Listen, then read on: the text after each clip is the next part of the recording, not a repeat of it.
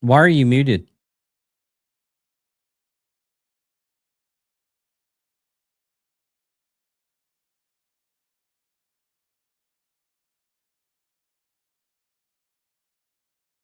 Technical difficulties. This is Nerd Sports episode. Yeah, you're still muted.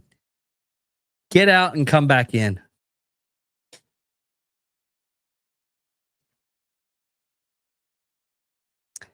Welcome to Nerd Sports episode 257. Johnny's having troubles with his internet and stuff. We're going to try stuff out. But until then, I'm going to do the weird sports.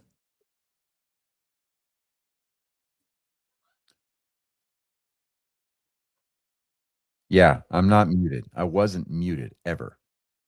It was showing muted on your thing. I wasn't muted. Anyways, it's Monday night, which means you're probably sitting by your phone watching YouTube, driving in your car listening to us, or you're just watching us on replay. Either way, it's episode 257 of Nerd Sports. Ladies and gentlemen, boys and girls, angry faithful of all ages, thank you for enduring the technical hiccup that we had at the beginning of this episode. Much like Apollo 13, I hope that we that's the one major malfunction for this mission. Yeah. We're going to be Sans Mountain Man this week. He's taking care of some personal business, so we ask that you respect his request for some privacy this week. So, with that being said, we're going to start this episode, albeit very delayed, by handing things over as usual to our esteemed producer David Dickerman for this week's Weird Sport. Hopefully you can see this because this is called air. They're racing. One of the largest.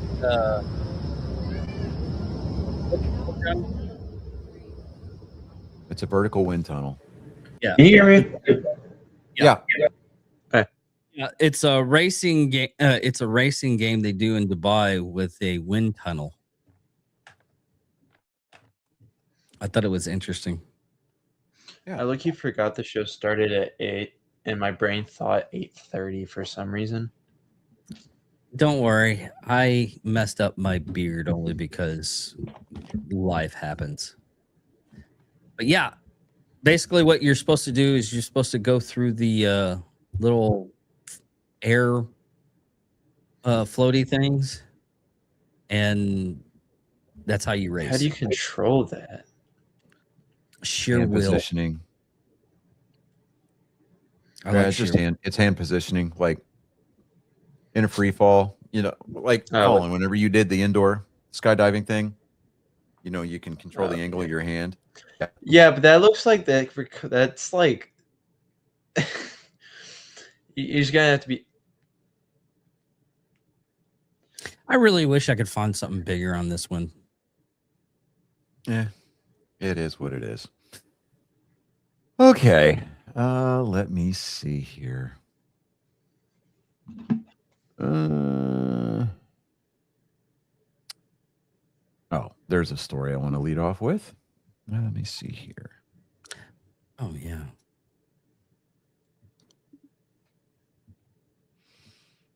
Mm-hmm. Okay.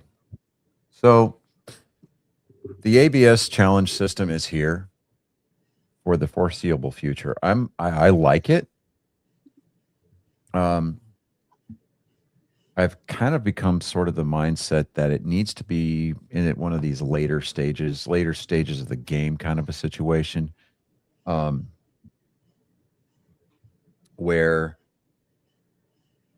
we're talking like 7th, 8th, 9th innings kind of a thing. We're talking with a guy that I work with. That's what his kind of opinion is, and so I was like, you know what, I can get on board with that, because in the case like the one we're about to talk about,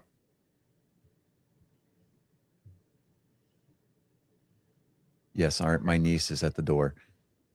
Night night. Yes.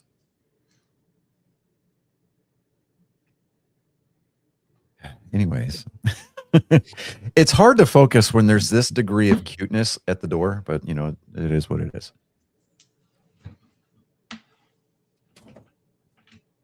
And then I get the stank eye because I was referring to cuteness as my niece and didn't say hotness as far as it related to my wife. So, you know, hey, we live and learn.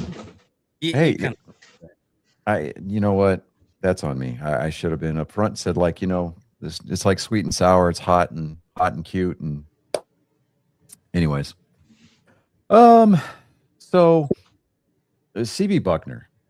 I don't want to say that he's going to become the next Angel Hernandez. No, I'm not. Because CB Buckner, while he has been traditionally one of the lower tier. Hello, people. Hello, Evan.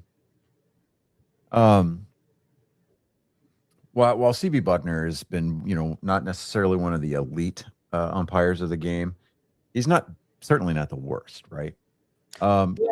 But I mean, that card on that game, he did 88.8%. Right, and I'm getting there. I'm getting there. So so he had a game against the Reds, or with the Reds. He had 6 calls overturned by ABS. This is coming from yahoosports.com. CB Buckner endured a horror show of an outing during the Reds clash with the Red Sox on Saturday afternoon. Buckner, a 26-year veteran behind home plate, has been long reviled for his inconsistent application of the strike zone. Again, not elite. Yeah. But definitely not one of the worst, right? But his strike zone is inconsistent at best. Now, on Saturday, he found a willing dance partner in the form of a newly minted participant in big league contests, the automated ball strike system, right? Buckner saw a myriad of calls flip at the Great American Ballpark. Suffice to say, his struggles had the baseball world talking. With that, here's a look at Buckner's hellish display in Cincinnati. He struggled to find the strike zone on Saturday night, missing his spots with increasing regularity. All told, he missed 6 calls, posting an overall accuracy rating of 88% per the umpire's scorecards. That was well short of the 92% he flaunted during last year's regular season. Now, in years past, Buckner's error would go unchecked, vanishing into the abyss as batters stood at home plate dumbfounded. But the ABS system, however, was designed to be a bulwark against strike zone discrepancies.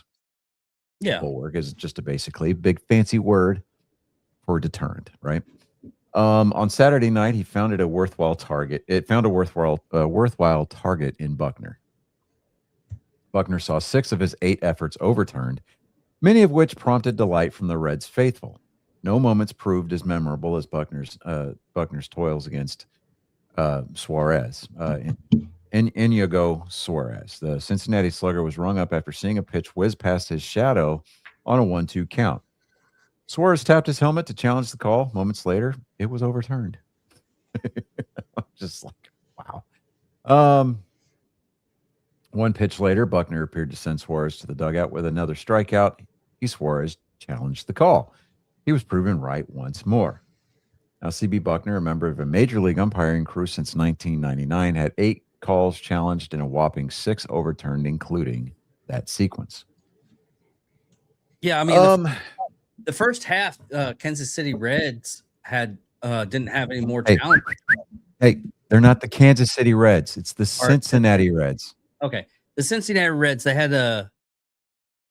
They lost all their checks. Like almost like the last couple of part of the games. And some of them like were ready to check the ball. And then they were just realized, oh yeah, we already wasted all of ours. That's why I think it doesn't, they should like add in like every third inning 2 more. No. The system that they've got in place now works. Now, will we see tweaks to it? Absolutely. But I'm pretty sure and this is just my realm of thought, and Johnny will disagree with this entirely.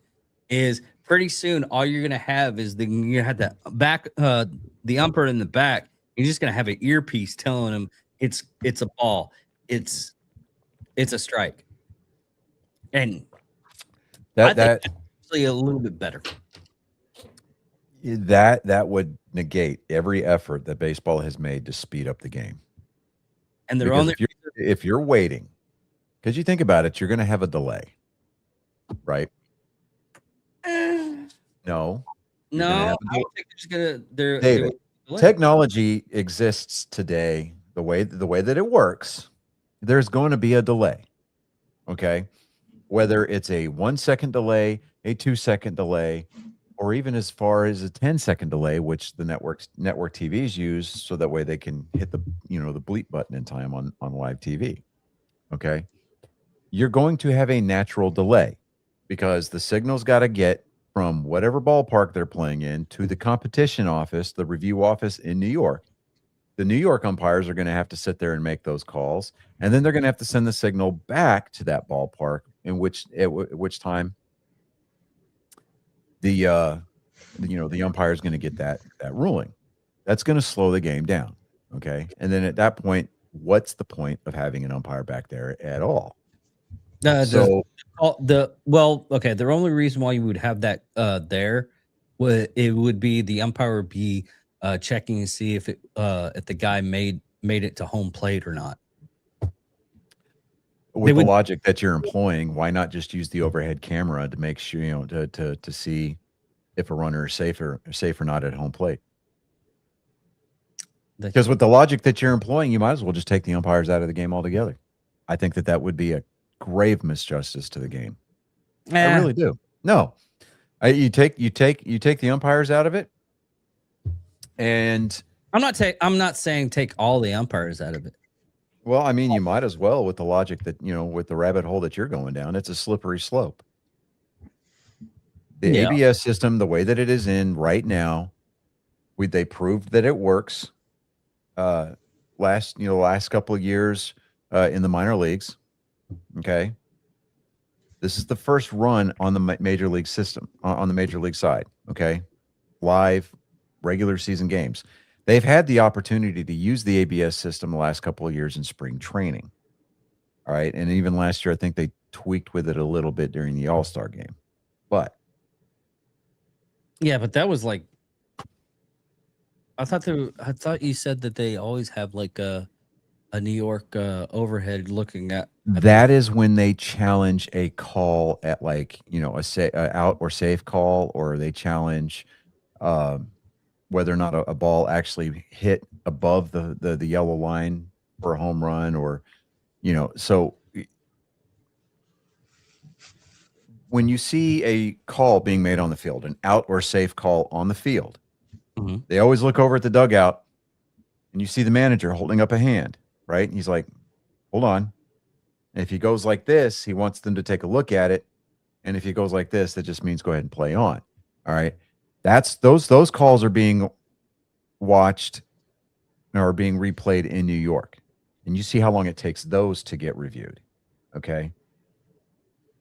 The ABS system, it puts a regulation strike zone right there at home plate. Okay. And they can use that. I mean, they can get instantaneous returns on that call or on that review, whether it was a ball or a strike, and they can even show you how much it missed by. Okay. There was guys that were getting their calls overturned over 0.1 of an inch. Yeah. We're talking, less than a quarter of an inch. It was in the strike zone, though. Yeah, I get that. Okay.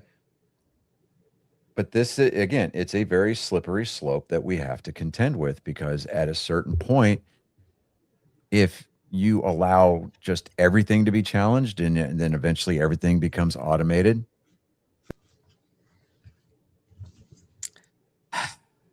Oh, this is hilarious.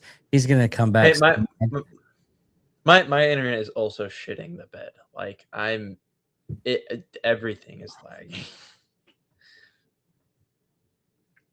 No, it's not lag. I don't know what the fuck is going on, but I've got to figure out the IT side of it on my, after the show is over, because this shit is it's making it to where It's not anymore. it's not just you. My internet's also shitting the bed. Yeah.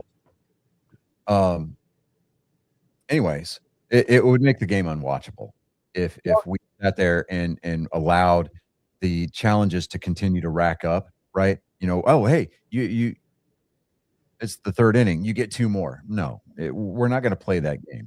We're never going to see that happen at all, period. The umpires are just as much a part of the game as the players on the field are. It's just unfortunate that we know most of the umpires' names because of the tragic calls that they've been involved with over the course of the year, over the course of the past few seasons. Yeah. Okay. The goal of an umpire is to not be the story. Yeah. The goal of the umpire is to not be that controversial part of the game. Okay. Now, and they worked toward that end by allowing us to challenge a call on the field. And did it add a little bit of length to the game? Yeah, but it was marginal, right? By adding the ABS system, which is proven to work over in the minor leagues, it's been proven to work at spring training. It allows hitters and catchers, it allows players involved with that transaction, that particular play, the hitter, the pitcher, even the catcher, like, hey, no, you missed that call. I'm going to challenge it. And if they were right, hey, great, you get one more pitch, right? speaking of spring training, what are your thoughts on the Milwaukee Brewers and their little green card? Yeah, I don't know what you're talking about here. For the spring training, Milwaukee Brewers tested using a green index card in early 2026 to help hitters navigate the new automated ball strike system. That's in-house. Okay, that's an in-house system that helps their players understand the rules. NBA, MLB banned it totally. Okay, and if it provides an unfair advantage, then yeah, ban it. Pure, plain and simple.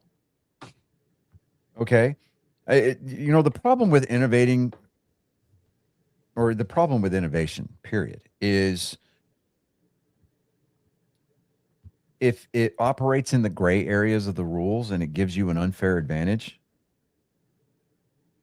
and you don't make any attempt to hide the fact that you're doing it, the rules are going to be changed and something's going to be made to some verbiage is going to be inserted or changed in the big thick rule book up in New York that is going to make whatever it is that you're doing illegal.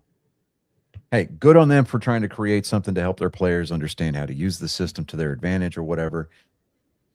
But at the end of the day,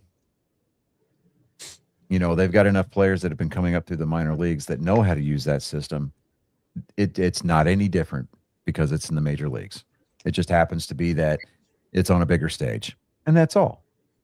So if the Brewers if the Brewers had something figured out and Major League Baseball slapped them on the wrist and said, no, nay, fine. Don't do it. Do it again. You get caught. Hey, nobody should feel sorry for you at all, period. All right. Cheating has always been a part of the game. It's part of every sport, right? You're cheating. Yeah. If you ain't cheating, you ain't trying, right? But if you get caught and you're not trying hard enough. Yeah. If you're not looking for that advantage over your opponents, I mean, what's the point, right? So it's just there's no rhyme or reason for us to extend the length of the game after they've gone to painstaking lengths to shorten the game, with the pitch clock. You're not allowed to step out of the batter's box, that kind of a thing. You can call one timeout during an at bat.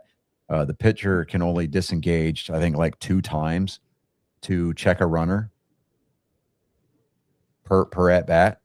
So that helps speed up the game, because I can't, I remember very vividly watching games on TV where, an inning would go 30, 45 minutes because the pitcher is, keeps throwing down to first base, trying to pick a runner off or hold a runner close because he's more worried about, hold on just a second. No, I got that. All right. Anyways, where was I at? Okay, so I mean, if you're going to shorten the game, great. I love the way that the game is now. Okay, it's just part of the rules. Okay. So, but to sit there and add challenges to the ABS system every couple of innings just because that's counterintuitive. I mean, it's going to stretch the game out because you're going to get guys that are going to be like, oh, we've got 15 challenges. We're down by 5 runs, so we're going to challenge every call. No, come on, man. Don't be that guy, right? Don't be that team. Play the game. All right, play the game. And if it's close enough to where you think, hey, this is something that I can challenge. He's gonna come back so mad. He's gonna or either at that or he's gonna cancel the thing. Before we this was actually kind of cool with you know how the opening games and everything they do something spectacular. This was at I don't know which, but they did it's a smoke American flag. That's awesome. Yeah. I'm trying to get it to, but they show it. I thought I didn't pick up the one that, but yeah, what they did at the game was they did a smoking a smoke thing of American flag. Dude, it looked freaking awesome. Oh, here we go.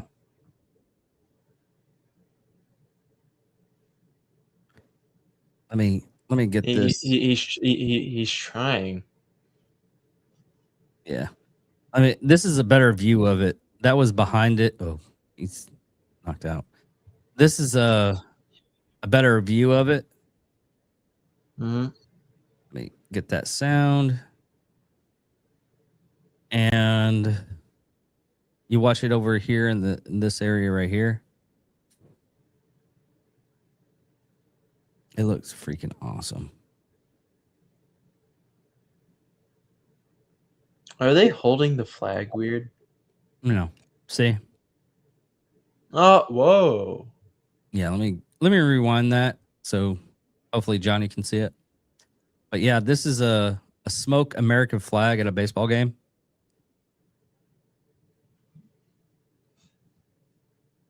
There we go. There we go. All right, Johnny, welcome back. And You're muted. I had switched over to my phone because I'm fucking so fed up with my damn MacBook right now. Okay. But anyway, yeah, no, it to me it's counterintuitive to add a ton of or challenges to a system that is designed to bring accuracy to the game, a game that has been intentionally shortened. So no, I can't justify that theory at all. That's fine. Any other baseball news, or you want to keep it going a little bit faster? No, see here, I'm looking. There's no. I mean, it's the beginning of the season. Yeah, so I mean, there's not a lot there. I know that Boston is up the road right now playing the Astros. They're trailing 4-0 right now. So I don't know. My streak of seeing the Red Sox play live, I think, is going to end this year unless I catch them up in Arlington. So I don't know. We'll just see. The other thing that I thought was kind of cool was the the Texas Rangers pitcher. It's like at the end of the spring season, they hired him, and they told him on the mound.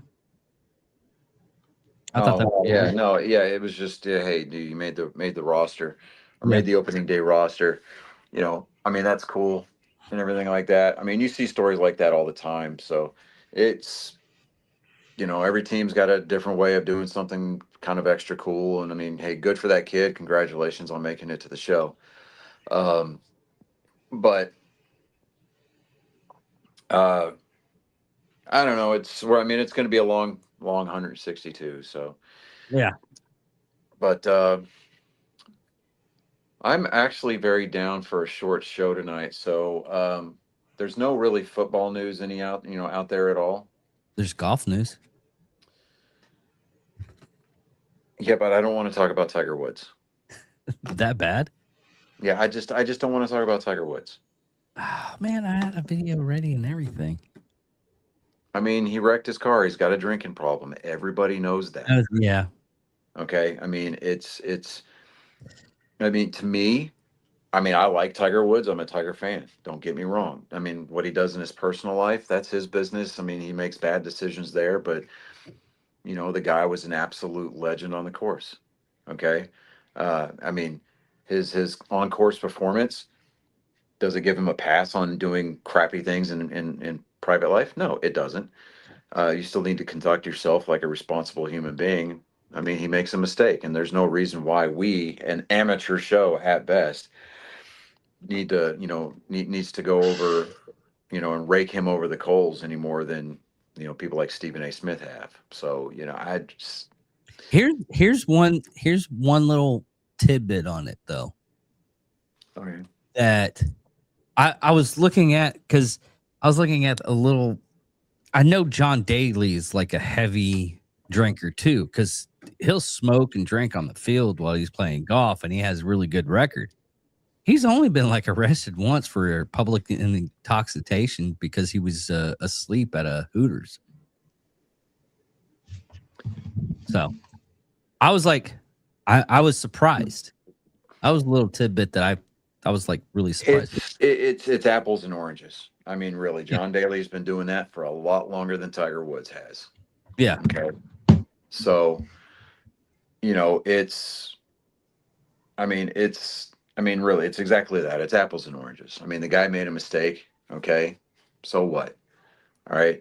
It's far from being chronic like Patrick Mahomes Sr., or Junior or whatever, Patrick Mahomes' dad, he's always fucking getting arrested around the Super Bowl for drinking and driving.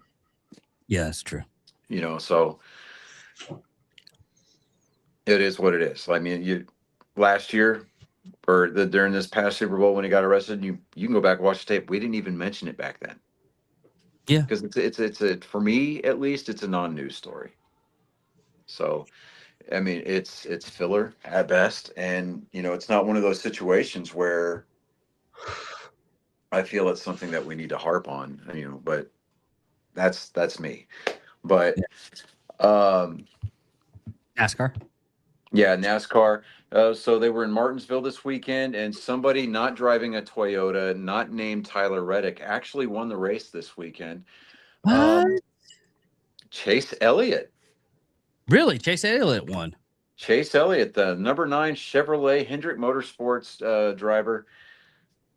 They sounded the siren at the Dawsonville Pool Hall on Sunday because good old Chase Elliott, hometown boy, won the race.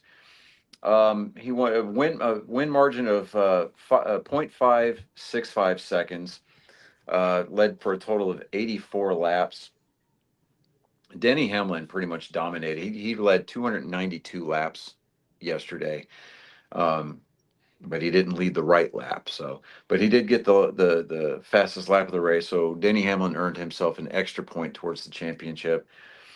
But I think that this was, it was overdue. Chase Elliott's been sniffing around, top 10s, top 5s, and it finally worked out for him. So I'm happy about that. Happy because it was a Hendrick driver. We're only 5-6 weeks into the season, 6 weeks into the season now, and so it's a long way to go. I mean, there's a lot of guys that got big holes that they got to climb out of points wise. And it's just something that we're going to have to see because, Tyler Reddick, I mean, he's got a pretty sizable lead in the points right now. I mean, he's a four race winner, maxed out his points for 3 of those 4 victories. So he can almost take a race and a half off and still be okay in the points. So, but I mean, what we're looking at is that when it comes time for the cutoff for the chase, they're gonna reset the eligible driver's points. And if he's the points leader, then I mean he will have a 25-point advantage over second place in the chase to start that first round. So yeah, like I said, it's going to be a long season. We still got a lot of racing left to go. I'm not hitting the panic button yet. But as far as the rundown is concerned, like I said, this is going to be quick and dirty. Chase Elliott, your race winner. Denny Hamlin coming in second. Joey Logano third, which is a turnaround from his performance from last week, where everybody was like hitting the panic button on him, because not only did he not unload fast, he unloaded rather slowly, and the adjustments that they made on the car during the race. I mean, he had a terrible weekend last weekend, but Joey Logano turned that around. He finished third yesterday. Ty Gibbs fourth. William Byron rounds out your top 5. Ryan Blaney, Christopher Bell, Austin Cindric, Kyle Larson, and Josh Berry round out your top 10.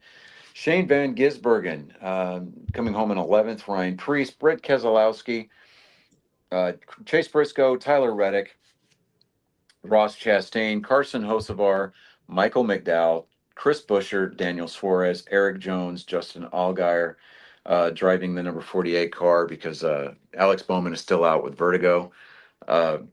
Todd Gilliland, Kyle Busch, Austin Dillon, Connor Zillage, AJ Allmendinger, Noah Gregson, John Hunter Nemechek, Ricky Stenhouse Jr., Cole Custer, Cody Ware, Austin Hill, Zane Smith, Riley Herbst. 36th was Bubba Wallace. And 37th was Ty Dillon. Next week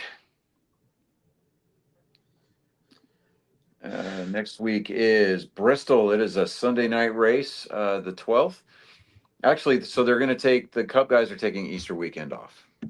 So the O'Reilly or the O'Reilly Parts series guys, the next series down, I believe they're racing next weekend, but the Cup guys are taking Easter weekend off. So the next Cup race isn't going to be until Sunday, April 12th. It's a 2:00 Central Time start.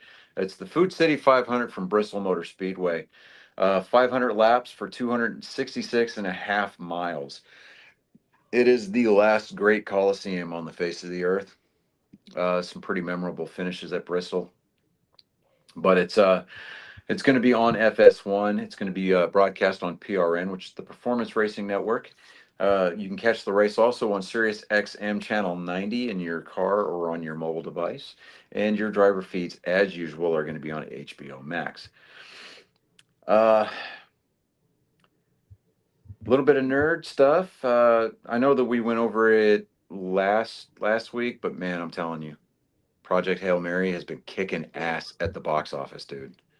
Oh yeah, it has. Yeah, have you not seen it yet, David? I was gonna go Sunday, then life happened, and it wasn't this that life happened. I was just totally distraught the entire day because I had upstairs neighbors that were arrested. I had a massive headache that I was trying to get rid of. Mm-hmm. I tried to. Then after all of it, I was like, okay, let's get rid of. Let's trim this beard down. And I went, eek. I'm like, well, I guess I'm shaving half my beard because I made a mistake. And I had, I literally looked at myself, like, why did it take so much off? And you didn't put a guard on there. No, I took the guard off and I put it in my hand for some reason because I was going to trim like underneath here with it. And then I just forgot that what I was doing. Anyway, I was like, yeah, I grew out my mustache and soul patch because it's the only hair that I can have on my face when I wear a respirator. Yeah. So, you know, You can't have the can't have a full Walter White goatee. beard. Nope. Hmm. Nope. Cannot do the goatee. Mustache and soul patch is about it. So I'm like, you know what? I'm just going to embrace it. And, Yep. honestly, at this point, I'm used to it and I'm down with it. So it is what it is. I would rather look like a state trooper or a 70s porn star and be able to breathe. Littering and Smoking the reefer. Yeah. You are freaking out, man. Um, That's about but it, man. yeah, that's about it tonight. Yeah, I got absolutely nothing right now. I got all the stuff that I wanted to speak about and ask you questions on. So. Oh, you know what? Hold on. One thing. No, we said we're done. We're not having this. Every time we're about to close shop, someone comes up with an idea and we end up like 30 more minutes. No, it's going to be real quick, and the only reason I'm going to do this is because, well, it's relevant and people are paying attention to it. March Madness. We are down to the well, we were down to the Final Four. The championship game is supposed to be taking place on the 6th.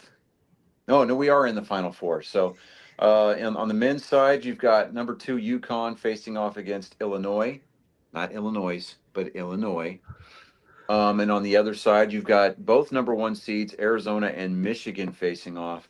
So the winner of those two games are going to play each other for the championship on April 6th. Now, as far as let me see here, women's.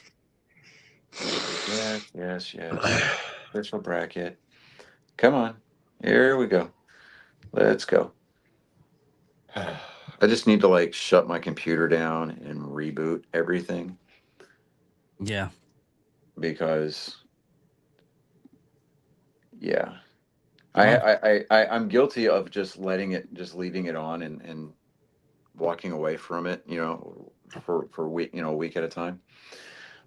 We are also we're not in the Final Four completely yet. The On the 3rd, you've got 2 number 1 seeds. You've got UCLA and Texas facing off for a chance at the championship to be played on the 5th. And UConn is waiting for the. Let me see here. UConn is waiting. Who are they waiting on?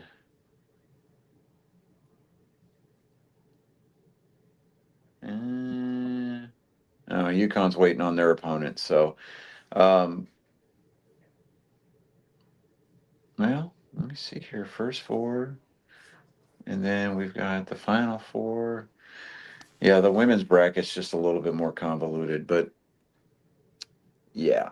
So we'll get into the Final 4 next week, a little bit. Noteworthy thing. Houston is getting their WNBA team back. The Furtado family bought the Connecticut Sun for $300 million and have said that they are going to bring women's basketball back to Houston. no one I'm knew all it. for it. I'm all for it. Hey, as soon as my wife saw the news, she's like, "Hey, I want to see Caitlin Clark and Sophia Cunningham play." And I'm like, "Yeah, if the Indiana Fever come to town, we're gonna go." Did anybody knew it left? Yes, they did. The Houston Comets, the original women's team, won 4 championships. Their banners are still hanging in the Toyota Center. Oh, okay. So, the minor league hockey team that Houston is going to get is going to be set up in Richmond, which is, I believe, well, it's in the Houston area, but They're kind of using this as a gauge to see how much interest Houston has actual interest Houston has in hockey. Because before it's all said and done, I do believe that Houston will get an NHL team, which is going to make this guy happy because that means I'll have a chance to see my Bruins play. So, Yeah. But yeah, past that, that was the only thing else that I had. So, All right. Get us out of here, Johnny. well, ladies and gentlemen, and boys and girls, David, by the way, you're going to have to be the one that hits, end stream. Oh, yeah. So, but